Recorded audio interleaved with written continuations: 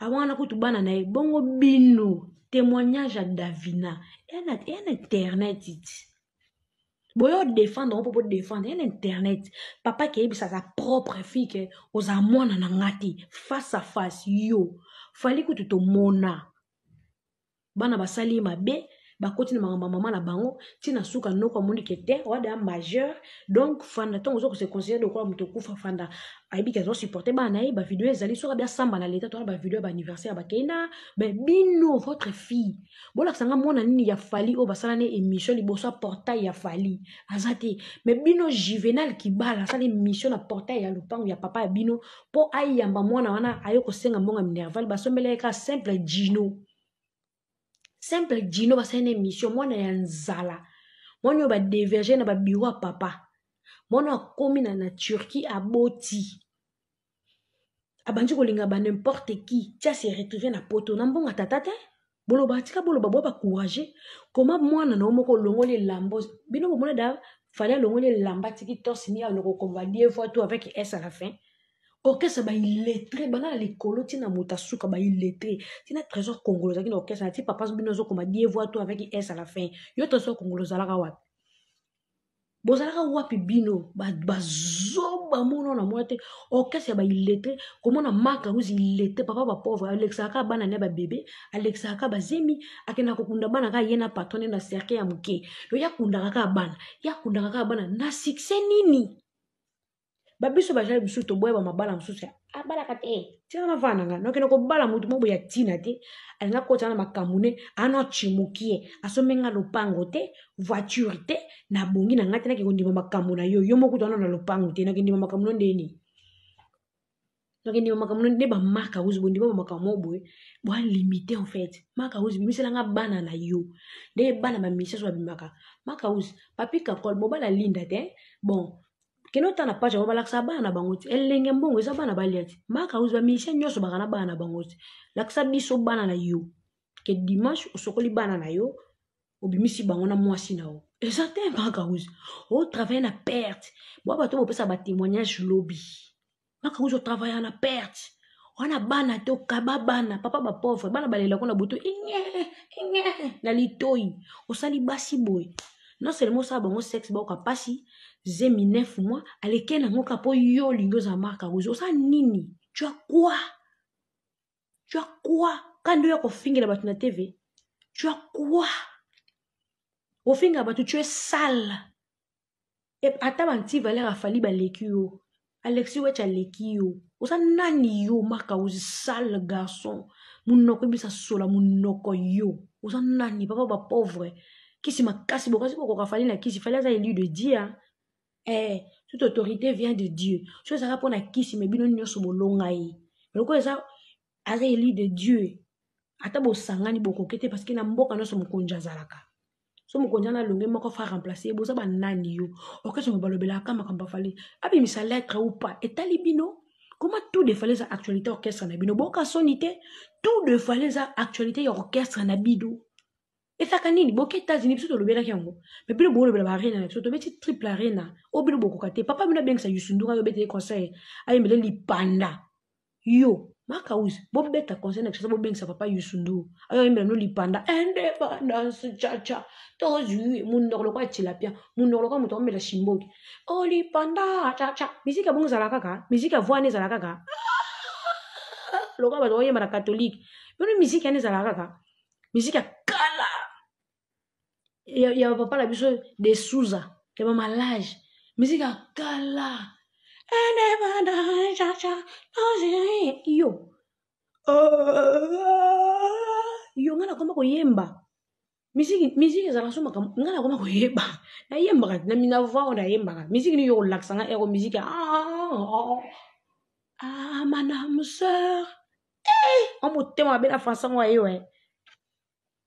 on motema be bozwaka trophée wapi biso tozwa disque do certifié c'est na snap ya bino wapi to bandino wana esapi deuxièmement to beti na triple arena ya bino wapi ba invité na biso taka bolenga Gims a comme ça patron na bino baba fara na Gims patron yo diembela bino boka sonité comment leader le quoi yé ake diembe la Gims moi Gims na bete toro azongeli yaya Gims a dit qu'il fallait au Stade de France Gims a soif à rataki triple arena Dajwa beti ba naza ba beti ba keblak ba beti ba pepe yusudu et comment mi na disque yaya ngana kota na livre histoire afali so fallait tourner documentaire yeba ke nazana kati so qu'il fallait tourner histoire à vine nazana yaya yo sara na kota na livre ya histoire afali wana ni yo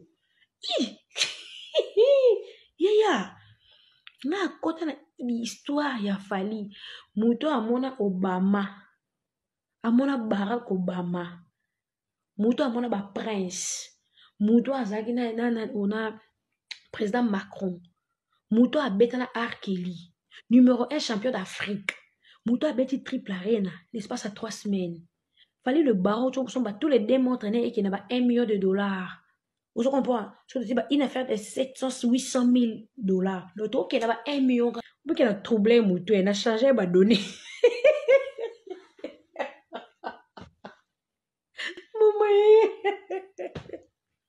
Bucharo mituna de wana boseka no c'est pas ça mama so batonga nge bo faza baloba bomba le baloba elo ni to sala po muto abima boy bongo no yeba batonga nge po papa so chef de famille vie Goliath so mwana ndeko ne mo azuize mi boyo yebise na obanga ke mwana sere ne ba sente bo suki na veranda bo ba tante so ba yeba obanga notre papa il dort so eloko bo ebima pane ba koma cha ye mo abimisa ya bongoti yazaka Goliath ta le loko abimisa donc comment référence à point faible papa biso mais tellement avec Goliath et kangai papa penasa asa ni pas mériter loko boy penza parce que eloko boy et soupe me na fali bokasa na yoka bokasa na yoka et puis nesa bon elo no se sala ke moi ça néanti na des montagnes yango lo se sala ça néanti bo filmer nga mutakala te bo banga bino te nga mono yo pibie na no ba oyo bo sana zumele bino awa ezala mu pende nanga kote ezala kale so ko to kale so kende bende mu bala ngwa yaki abimi nanga awa bino bokasa lo no so bosanga etisa nga ngele etika mamba fali ya bokuta na muta boete na TV na ko attaquer bino do tine jomo bo filmer bo zela na pa na TV na no expliquer no vidéo stop na stopper asko to mbala ngo sentimele nga makasi ndesko sala nini a pousse nga lokolo ko to asko to a pousse nga ko to ezala point G nanga apanga leli makasa po bino bokuta na muta boete bon eloko ko arrêter nga ite pose muta boete bo mona te yo marka uzo la TV ou tu beta na États-Unis beta maswa concerne non de bosala mpiaka bo me ba glacer bo me bloc bo keteka la na poto ba mfumbo ba nini bo so galerie tala boy ok c'est vrai na township bo ve na poto bo ve na États-Unis na ba township bo beta tona bana partam na sala orchestre beta na poto deux fois na orchestre deux fois bo la sanga depuis bo banda orchestre na bino bo la sanga 4 concerts bo beta na poto ya groupe et ça te bon bo ke sauter na Stade de France ndeni bo beta ba arena ndenge nini bon, on a manque d'actualité. Bon, il y a la folie de tout. Bon, comme vous dites, mais 2023, à ce tournoi africain, 2023, à ce triple arena, 2023, en actualité, camarade Bouba, camarade, Bino Bolenga Gims, est-ce que Gims a petit naï? Mais Bino Bolenga Gims, vous êtes l'autre côté orchestre, on s'en gouve moutou moupandi salité, aussi Liverpool ma pungu solo. Ok, ce moment-là, qui nous a l'air, il y a un concert de Mati, bah, pour ça, bon, mais poto, poto, on l'a, il y a un abouzoba yo. Orchestre zo na makambo liaka bato orchestre kala maka uza sisi bana nyoso na basi babu mama bala likolo bu mama bana papa ba pauvre yo papa ba pauvre musique ya bobeta musique ya kala musique ya rombo tunani musique ya kala o rombo la azola sazo ya ba kisi okanga ba singa rouge awa ngai rombo tunani rombo ngosuka wapi nada kumuda kuta yako na simba bakisi na nala ba mami wata atikalo leka wengete bilo muni musique ya kisi makasi ezala na Congo wana nana kosi bino ke ba mission kaka na kisi makasi nde ba yebanaka da kumbuda sala ba témoignage chaque jour na daka un PPD yebe musu témoignage ne zaka moitié bimisa témoignage mobimba spirituellement nazaki PD physiquement nazaki PD te papa ozaki PD na physiquement na spirituellement ya Christian obando chaboui c'est pas fatigué pour là da kumbuda obonga ni pesa témoignage bien to ka témoignage bien loba munde na nkolo bo lokuta boy da kumbuda pesa ba témoignage ala na batu bakufa dakumbuda sala ba témoignage nyonso boye pisanga na kisi nyonso asali wana dakumbuda sala succès koleka ba wenge te bino ba kisi makasi nyonso bozwa wana bobeti wapi Depuis orchestre ba marka uze botama depuis ba fonda yango. Nalo babeta 3 concerts na poto te. Nalo babeta groupe te, babeti 3 concerts na poto te. Botala siko depuis carrière a Fally Banda. Là depuis ba carrière ba locaux. Bana ba na trop d'avance comme Rolls sur moto. To so na pas besoin na posa ko coller Fally. Po bino mo boyebi ke bokola Fally, po Fally ça danger. 2023 aussi 3 arena, 2024 toi na ba arena. Et puis le logo ba arena, tu as double stade de martyr. Tant que boka ka biso to double stade de martyr, papa a bien créé conférence de presse. La conférence de presse a annoncé double concert sur Tata Raphaël sur Kiwap. Double stade sur Tata Raphaël. Biso tout ça qui double stade de martyr, mais bino bo créé conférence de presse.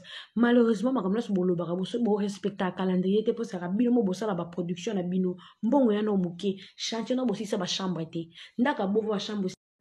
Et puis si pasi talana mwana faire rigola asiliki po ani ba se papa na ye po yebi ko lo ba français te. To quand on va proposer comme ça pour analyser tous les cas. Pour les personnes qui se permettent de venir commenter sous mes vidéos, oh, apprends à ton père à parler français. Ton père ne sait pas parler français. Ton père me fait honte, je sais pas quoi, je sais pas quoi. Alors déjà, pour commencer, mon père a réussi dans la vie. Il n'a pas encore 50 ans, mais il a réussi dans la vie. Que tu fasses encore une vidéo sur ton propre compte où tu l'insultes, il n'y a pas de souci. Mais tu viens commenter ça sous les commentaires de sa fille. Attends, tu parles de mon daron, je vais te répondre. Mon père a réussi dans la vie. Et je vais te choquer même, il n'a pas eu besoin de parler français pour ça. Il a déjà réussi. Il a déjà un grand nom. Ouais. C'est pas parce que c'est mon daron que je sais pas qui il est et l'influence qu'il a. Ah, il suffit juste que je poste une photo avec mon daron, mais regardez comment ça fait le tour d'internet. Donc vous savez très bien qui il est. Si tu essaies de le rabaisser sous mes commentaires, tu parles de mon daron, bien sûr que je veux te répondre. Mais mon daron a réussi dans la vie, je n'ai pas honte de lui. Hein. Je vois certaines choses qui circulent sur TikTok et tout. Il n'y a pas de souci, mon père a réussi dans la vie. Il a des conseils à me donner. Je débute encore dans la vie. J'ai encore du chemin à faire. Mon père est une personne qui peut m'asseoir et me donner des conseils sur la vie parce qu'il a déjà vécu. Mon père a réussi dans la vie. J'ai des choses à apprendre de mon père. Je suis Mukongo Mouyo, mais je ne parle pas Kikongo. Hein. Non. Et le français, c'est une langue. Les Congolais, arrêtez d'être complexés. Le français, c'est une langue. Mon daron a réussi dans la vie.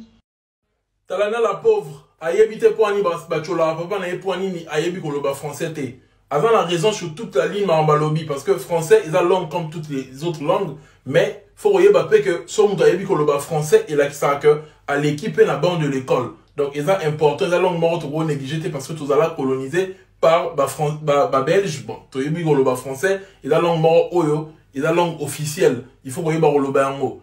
Mais pourquoi bachola faire rigola? Tant à ça la erreur il y a français. Il est le plus grand fautif de l'histoire. Est-ce que vous se rappelez sous la émission un premier soin? C'est de là que tout est parti. Faire gola à Tchola Fally Poupa parce que Fally Poupa qui reçoit la musique il y a français.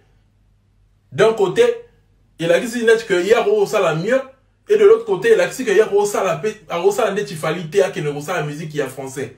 D'où tant bailler comme on a reçoit la musique il y a français. Maman batbaka moi qui est. On m'a dit que critiquer mon yanga tout la tinde que ma musique en français. Et yé moi yé ça la musique en français. Et tant que ça la français en ayé la français en ayé sans émotion, alors ça la erreur il y a grave en français en moi. Dans ma deuxième cerveau maman rambo belé oh bisonio soto yebi. Un maman etc. maman belé oh faire rigolo la salabino sobo yebi en moi. Et du coup et ça dit que bah warrior parce que tout le monde s'en monté. Moi, rivalité, on est entre Warrior et Gaulois. Tant que Gaulois, c'est pas la guinée ferrée. À ça, la mission qu'on critiquait, Fally, à y la vision, à y avoir ma musique en français. Bah, moi, puis, parce que revanche, n'a pas moi. La vengeance, c'est un plat qui se mange froid. Et il y a, avec le temps. Bah, tu vas comment se venger contre faire rigolo la poigne libéreur ou Yemura Salaki. Parce que ça va, tu as la Fally, t'es né en qui lance la musique, il y a français.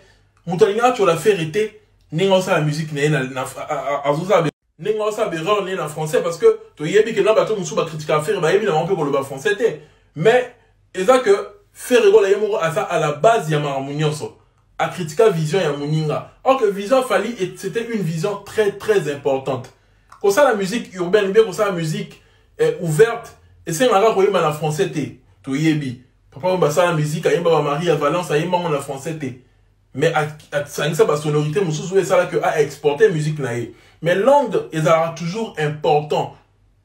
Ils sont toujours importante pourquoi parce que langue et ça ba peuple. Fallait pouvoir comprendre que musique na biso est un moyen d'exporter yango. Et le moyen le plus facile pour exporter notre musique, c'était la langue. Batuming va payer belé francophone et yo la musique na biso linga rumba. Mais ba comprendre maloba auto yemba raté. D'où fallait pouvoir comprendre que téléphone yemba en français pour ba comprendre maloba na biso et puis ba linga musique na biso sous makasi koleka. Et de l'autre côté, boy ba que langue et ça ba peuple. Bon remarquez que Congo Brazza la Congo RDC ils ont peuple plus rapprochés. Pourquoi? C'est parce que ba pemeni en termes de pays voisins, et là parce que le langue manque. Pour ceux aujourd'hui Gabon là Congo Brazza, ba pemeni. Mais pour anini baza penate ba voisins manque plus rapprochés parce que langue et sangisi bangote. Langue et sangisi ba peuple. Langue et ça là que boyo canadien. Tant fallait pour aké na France exporter musique congolaise na catch à France, il fallait aïe que la langue wana bien, aïe ba royemba en français, aïe ba on ba code il y a musique urbaine et puis allo ba yango bien pour leur ko passer message n'est très bien pour leur aider sur le plan communicationnel pour communiquer bien un peu plus loin les signes que aïe que la français. C'était ça la vision de Fally. Tant que il la français c'était pour aller tu ngala yebi français té. Il a qui une façon il y a un côté na marché wana. Après il y a la lingala té fallait côté en français parce que ba Nigeria ba côté en anglais parce que ba là déjà ba il m'a dit en anglais et anglais est la langue plus populaire dans le monde. D'où bah on a besoin qu'il faut pour ba côté en France vous voyez qu'on la sous français té car en anglais là ba ça passe partout parce que la langue moro boyé oh et le bama partout. Et là parmi ba force à ba Nigérian ils ont langue. Donc langue est très capital pour la moutou à exporter musique naïe. C'est ce que Fally avait compris. Et la vision de Fally était critiquée. Or que ce qui fait Radara Mayele, on a critiqué visa Fally. On a compris que moi maï oyo a révolutionnaire. Ninga fongo la bison zela ya carrière solo avec droit chemin. A fongo bison sou zela ya musique urbaine. A fongo bison sou zela ya okende sur le plan international. Ninga zo ma musique na français. Mais bah tu comprendre que vision Fally te ba benga UPA. Faire maintenant une marque à ouz attaquer Fally. Ada UPA comme il rappeur. Vous voyez bien mon sous. C'était tout ça. Et ça dit que tant les lots fait encore la musique on a comme il m'a dit ma français, comme il ça des erreurs en français, na ba communication na yé, na ba émission na yé, etc. Et comme il faut exciter sur quoi ba warrior peut pas s'attaquer contre Ferré. Donc Taliana à comprendre que papa n'est pas fautif le mambo nyonso. Ce qui papa n'est à critiquer en été. Angara Zouaba retour au été. Artiste congolais, il faut pas comprendre que fallait pas un visionnaire libino la musique à Congo. Bola nanzela naye. Bola na schéma ya carrière naye. Ils ont très capital. Les lots fallait pas pas le verbe date bo chaté. Yemo sous soit sous date. Aye à l'objet que Camille ta date na Belgique. Et les grandes choses arrivent. Était au ils somme 2025 Stade de France. Année au et l'autre amouné ne sous. Bon mon niveau fallait pour pas kende. Donc ça ne sert à rien qu'on critiquer Moutabongo. Il serait mieux qu'on s'associe naïe, qu'on associe force naïe pour comme sa musique congolaise encore plus forte. Fallait pas à sali et fort pour la afon la porte pour la génération egoya. Pour avant hier on t'a formulé là qui va porte à la guité. Certes va vieux la musique pour la batika musique a bien et ça qui va falloir ba la lokolo. Oui, mais qu'on formule la porte en termes de business, ba formule la porte té. Fallait pas aller la formule la porte. Alors les canaux radio le quoi Skyrock, alors les canaux télévision et ça que ba génération egoya et ba congolais. Bon, ça n'a pas facilité qu'on les canaux chaîne wana. Bon, ça n'a pas facilité on ça la certification en France. Ce que les vieux n'ont pas fait. Fallait vous battre quand on informel té le roi ba vieux ba non té na Château Rouge. Fallait vous battre à Kendati na Fnac. A fongoli ba petit ma solo. Ba to ba ya après il y a la jeune génération naé. Vous comprenez que faut té officiellement pour to gagner ba certification en France etc. Aïe les biso système ba label faut que ta label à monnaie le roi Warner. Il on a nyonso. Il a très bénéfique pour la musique à Congo. Il faudrait que les gens comprennent cela, comprennent que ce mec-là, il emmène une vision. Tant que tu dois comprendre, on est étranger, bah comprendre, ouais. Fallait gagner bah cacha malonga bah pays étranger, bah so respecter, bah ça les écoute amphithéâtre, na Côte d'Ivoire, lobby na la tébinango. Et ça dit que azo continue à gagner en autorité et en visibilité. Binosko boti kaka na ba critique. Donc Taliana kopé ça no ba tout faute ité au ba attaquer na papa na yo. Et ça peut-être parce que aux alano après les réseaux sociaux té oyebité ma papa na asala. Jusqu'au to rappeler que père na yo mutu abandaki marambu oyo. Soit critiquer à Royaume en français té. Bah n'y a pas critiquer la banque payé. Voilà, si tu as mon contenu, abonne-toi, active la cloche de notification, n'oublie pas. Toi, notre fille, Taliane Gola. Ozosa la fière, il t'a fait Gola les padres. Bango kuna boko sepelate. Babe banana bana. Bando tindaka batu. Bah ko dérange chakayo. Je comprends, ça un esprit de l'euro la fait Gola les padres. Tala, papa na beta 120 000 places ba voisin ba ko rater tisiko. On comprend? Bango babe banana bana. Nenge yo defanda ka fait Gola kitoko bo ba mona ka mabe bana pena tata na yo. Yo skoza sera Christ. Tu retiens ma bonne 2025 au salut. Dites amen, c'est Amen. Mais, on l'a d'abord au départ. C'est qu'un mboka oyo. Si on a français bien pour remonter la mouton, Congolais, ça a complexe à français derrière Koloka. Par contre, on a tout le monde à checker à veste et les chinois à quitter. Et vous dégagez ici. On va te bimi peut te tirer les loupans. Tous au banga français. Mais, ne pleure pas, la justice est bien. Il y en a. Nous aussi les Gaulois, nous aimons. Donc pour moi, on a un peu à l'aise dans TikTok. Quand tu fais tes vidéos, désactiver les commentaires. Des têtes de français dans le lobby si cool. Aux hommes, mais on a tout le monde à biniara. On s'en dit point d'interrogation. On s'en dit accent. Oh, bino bozalara. You are crazy man. Oh. Donc Zalawana. Biso to zawana pour défendre les faits égaux la 6e génération. Ngane na boué na signé ko défendre les pas de faits égaux la tina âge à 87 ans. Greatness Congo TV.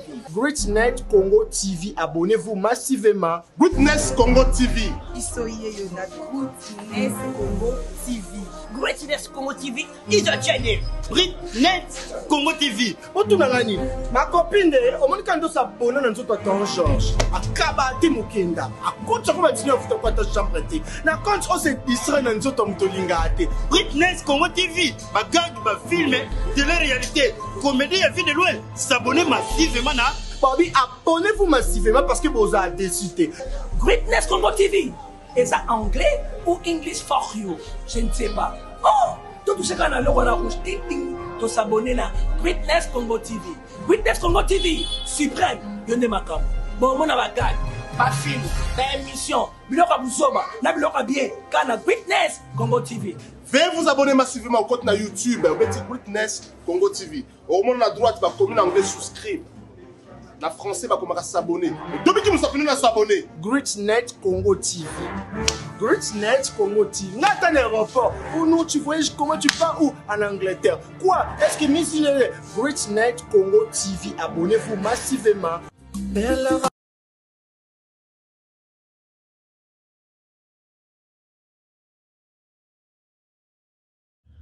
On a tous besoin d'être informés, mais dans un endroit sûr, afin d'éviter de fake news. Ne vous tourmentez plus. Vous avez dorénavant Greatness Congo TV, votre média en ligne qui parle de l'actualité congolaise de tous les domaines en temps réel. Nous sommes sur Facebook, Instagram, TikTok et sur YouTube. Abonnez-vous massivement. Surtout, n'oubliez pas d'activer la cloche de notification pour ne rien rater. Greatness Congo TV, la grandeur.